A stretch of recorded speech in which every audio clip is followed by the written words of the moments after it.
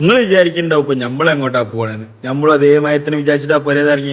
അപ്പോഴാണ് എന്റെ ചെങ്ങായി പറഞ്ഞത് മുക്കത്ത് പുതിയ സൈലബാൻ തുടങ്ങിയെന്ന്. എന്നാ പിന്നെ ഒന്നങ്ങോട്ട് പോയി നോക്കിയാലോ. ഒന്ന് നിങ്ങൾ കണ്ടോക്കി.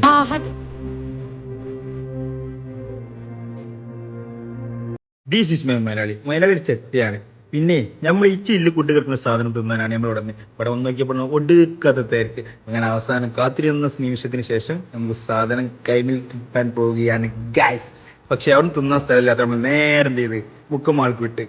മുക്കമാളിൽ പോയപ്പോൾ ഇതേ അവസ്ഥയാണ്. നല്ല തിരക്ക് തന്നെ. നമ്മൾ രണ്ട് സാധനം വാങ്ങി, ഒരു ബോംബും ഒരു റൂഹയാത്തിയും. ആ ബോംബ് പൊട്ടിക്കുന്നത് നിങ്ങൾ ആദ്യം കാണുന്നത്. അവർ രക്ഷയില്ല കേട്ടോ. അടിപൊളി സാധനം. മുതലാളി ഒരു ചെറ്റയാണെങ്കിൽ സ്നേഹമുള്ളതാണ്. ആ സ്നേഹം വാരിക്കോരിന് തീറ്റാണ് നിങ്ങൾ കാണുന്നത്. ഇത് തിന്നുകൊണ്ട് കണ്ടതിനാണ് മാളത്തെ ഒരു ചേച്ചി എന്ന് പറയുന്നത്, മക്കളെ പുറത്തത്തെ ഭക്ഷണം ഉള്ളിൽ കഴിക്കാൻ പാടില്ല, അതിനെ കൊണ്ട് നിങ്ങൾ ബാങ്ക് എറ്റോട്ട് അടിച്ചോളിട്ടോ, അതാ നിങ്ങൾക്ക് നല്ലത്. ഇതാണ് ഞാൻ പറഞ്ഞത് രണ്ടാമത്തെ സാധനം, റൂഹയാൻ.